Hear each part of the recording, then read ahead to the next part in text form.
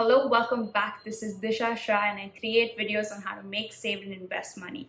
This is the third episode in the stock market series, and if you're here after watching the first two episodes, then give yourself a pat on the back because you're taking an effort to learn and it is going to make you a lot of money. For the ones who are here for the first time, lift up the corners of your mouth because taking the first step is always the hardest, and you've done that. And for that reason, the highest in me recognizes the highest in you. In the first two episodes, we covered all the documents you need in order to start investing in stock market. And in the second episode, we understood what it means when someone says that they're investing in the stock market, what are the two markets, the NSE and the BSE, and their indices Nifty and Sensex respectively. Now, in the previous episode, we understood that the stock market is similar to any other market, a vegetable market, meat market, or a grocery store. Now, the basic, most common thing we know about a grocery store is that there's a timing. It starts at a certain time and closes at a certain time, and all the purchasing happens in these hours. So is it safe to say that the stock market also has a timing? Yes. The stock market is divided into three sessions: the pre-opening session, the continuous trading session or the normal session, and the post-closing session. Let's start with the continuous trading session or normal session. This session happens between 9:15 a.m. and 3:30 p.m. It is safe to say that these are the actual market hours for retail investors like you and me. You can buy and sell throughout this session. The normal trading session uses a bilateral matching system. Now remember, you can only buy something if someone is selling it. So when the price matches of the buyer and seller, the trade is executed. Now when multiple people are buying and selling continuously based on the price and time priority, all the transactions are executed. Now let's go to the pre-opening session. To understand why the pre-opening session exists, I will try to tell you a story that hopefully helps you understand this better.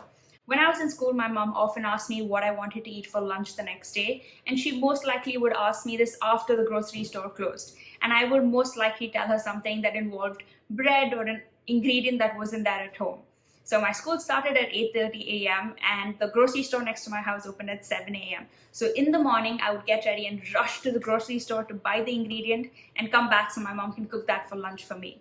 Now, imagine 100 houses like this who are anticipating and anxiously waiting for the store to open so they can rush and go buy their ingredient to start cooking the dish. In the morning, when I would go to the grocery store to buy bread, the first 15-20 minutes would be the rushiest hour to purchase the bread. Now imagine if the prices increased according to demand for the bread. In the first 15 minutes of the store opening, the price of the bread would increase drastically. But this does not mean for the rest of the day, the demand is going to be the same. The same thing was happening in the stock market. In fact, a lot of people when it comes to the stock market are consciously waiting for the stock market to open and are super anxious as soon as the stock market closes and want to be a part of it the very next day.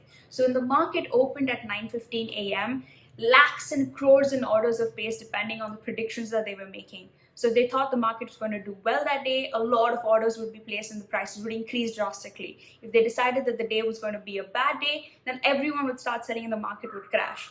So in the first 15 to 20 minutes, a common investor like you and me who's purchased a share would suddenly see a drastic change. So a lot of volatility and fluctuations are seen in the first 15 to 20 minutes. Now to absorb this volatility so small investors like you and me don't have to face the consequences, a pre-opening session was introduced. 9 a.m. to 9:15 a.m. The pre-opening session is further divided into three sessions. The first one is the order entry session. It happens from 9 a.m. to 9:08 a.m. Now in this session, you can place your orders, buy or sell, modify your orders, or even cancel them. The second slot opens from 9:08 a.m. to 9:12 a.m. for the next 4 minutes. This is called the order matching session. This session is important because based on this session, the opening price of the market is opened. The opening price of the market is decided. In this session, you can't place buy or sell orders or modify or cancel. Like the name suggests, order matching is done in this session. The pre-opening session was introduced to absorb the volatility that was seen in the first few minutes of the market. So the order matching session understands the trends of how many buy orders are coming in and how many sells, and overall sees whether the market is going to go up or down. So once the order is matched, you can kind of understand what the trend is. So when the market opens at 9:15, it'll either be a steady increase or a steady decrease. This helps a common investor like you and me not have to go through the volatility of the market when it first opens. The third session happens from 9:12 a.m. to 9:15 a.m. These 3 minutes are allotted and are called the buffer period so that a smooth transition happens from the pre-opening session to the normal session or continuous trading session. The sole purpose of the pre-opening session is to discover the opening price when the stock market opens at 9:15 a.m. after absorbing all the volatility and the fluctuations. The pre-opening session uses multilateral order matching system. So the maximum number of buys or sells at a certain price becomes the opening price for the normal trading session, and this therefore reduces the volatility and fluctuations when the market opens. Unfortunately, in India, traders still don't participate in the pre-opening session and wait for the market to open at 9:15 a.m. and start trading. So India still goes through quite a bit of fluctuations and volatility in the first 25 to 30 minutes, according to IIM Ahmedabad. So if you're a normal investor like me or a common small investor, it is better to stay away from the first 1 hour of the market and invest money in the later market hours, just to avoid the volatility of the first few minutes. Great. Now we know what happens between 9 to 9:15 a.m. and 9:15 a.m. to 3:30 p.m. Now from 3:30 p.m. to 3:40 p.m., the next 10 minutes after the stock market closes is taken to calculate the closing price. Now it's not necessary that the closing price of a stock is the last price that it's traded at, but it's an average of the prices it's been traded at for the last 30 minutes. It's the same with the indices Nifty and Sensex. Remember, we understood that Nifty and Sensex has respectively 30 and 50 companies listed under it. The last closing price of the Nifty and the Sensex is a weighted average of all its constituents in the last half an hour. Now what happens? After the closing price is decided, we have another 20 minutes. Now let's see what happens between 3:40 p.m. to 4 p.m. Say that the closing price of Reliance was 1,000 rupees. Now, if you decide to buy a Reliance stock between 3:40 to 4 p.m., you can only buy it at its closing price 1,000, and you can only sell it at its closing price. This is called the post-closing session. So the Indian stock market timing looks something like this. The pre-opening session happens from 9 to 9:15 a.m. The normal trading session or the continuous trading session happens from 9:15 a.m. to 3:30 p.m. The closing price is decided from 3:30 p.m. to 3:40 p.m. and from 3:40 p.m. to 4 p.m. you have the post-closing session. 3:30 to 4 also is a time where common investors or retail investors like you and I are not allowed to participate. This lot is allotted particularly for brokers. Now, how many of you are thinking that the stock market hours clashes with your office hours or university hours? My own university starts at 8 a.m. and gets over at 5 p.m. which means I can't be a part of the stock market trading session at all, right? Wrong. For this sole purpose, aftermarket orders was introduced. AMOs.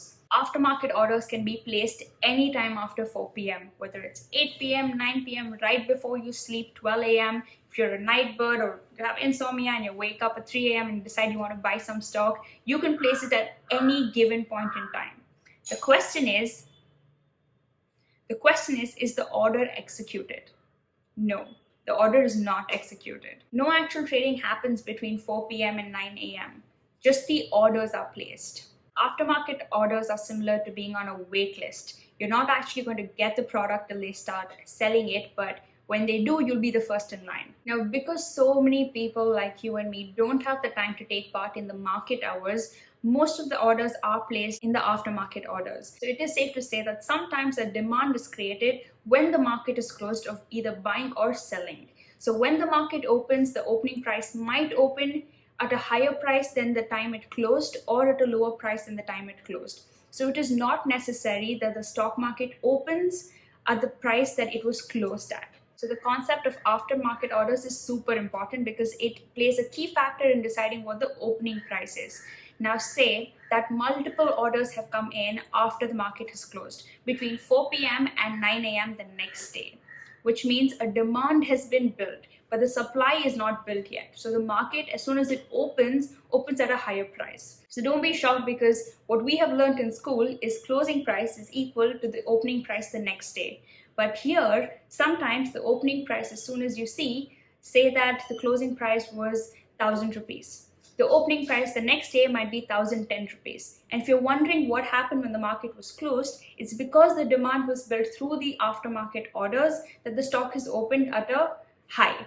So sometimes the stock opens with a green or sometimes with a red, with a small green pointy arrow or a red downwards pointing arrow. So the stock market, say the price was at, the Reliance share was at 1,000 rupees, but it opens at 1010, then you will have a green arrow, and in brackets you will have 10 rupees. The 10 within the bracket tells you that the share has opened 10 rupees higher than what it had closed. And if it is a red arrow and there is, say, another 10 rupees there and it's 990, then you know that the stock is opened at 10 rupees lesser. So if the stock opens at a higher price, then it's called gap up opening, and if the stock opens at a lower price, then it's called gap down opening. Now, it is very, very rare, it does happen, but very, very, very rare that the opening price and the closing price are the same. When this happens in the bracket, you will see unchanged. UNCH given. That means that the opening price and the closing price are the same. Now, since we are talking about two different markets, the BSE and NSE, is it possible that both the opening prices and the closing prices might be a little different?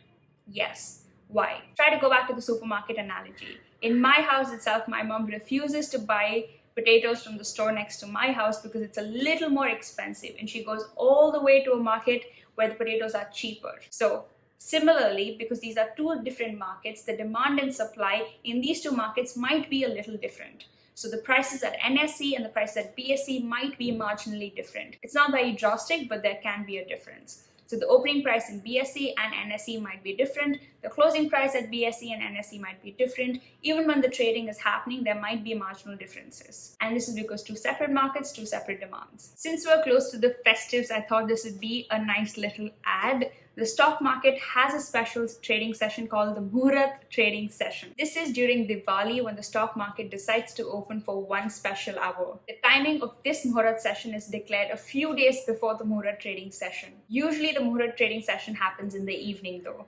Make sure to follow me on Instagram if you want to know what the Muhurat Trading Session this time is. I don't know if this is the right word, but I think it's really cute that the Muhurat Trading Session exists.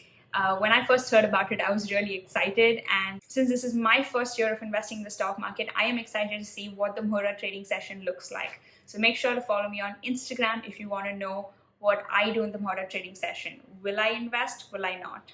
Congratulations, you made it till the end of the third episode. Give yourself a pat on the back. I know that this video is quite light, and that was the intention. I was wondering if I should add a few more concepts and a few more terminologies, but I thought it would be interesting to kind of give a little more detail about how the market functions and what happens in these market hours and what is aftermarket orders and all of that. Let me know if you have any questions in the comment section, or if you just want to say hi. In the next episode, we will learn some more fun things, and I will use live examples from a website called Money Control, so you know how to go around and look at prices and look at the stock market and decide for yourself. Because the point of this is to not rely on anyone else's advice, not even mine, but to understand how the stock market works and make decisions for yourself. Always don't listen to your family, don't listen to your neighbor or your best friend or anyone. Understand what it is and then make decisions for yourself. If you like this video, make sure to give it a thumbs up. Subscribe to my channel if you like the videos and want me to make more. We are very close to 500, so if we hit 500, then make sure to put a celebratory icon in the comment section, and I will see you again in my next video.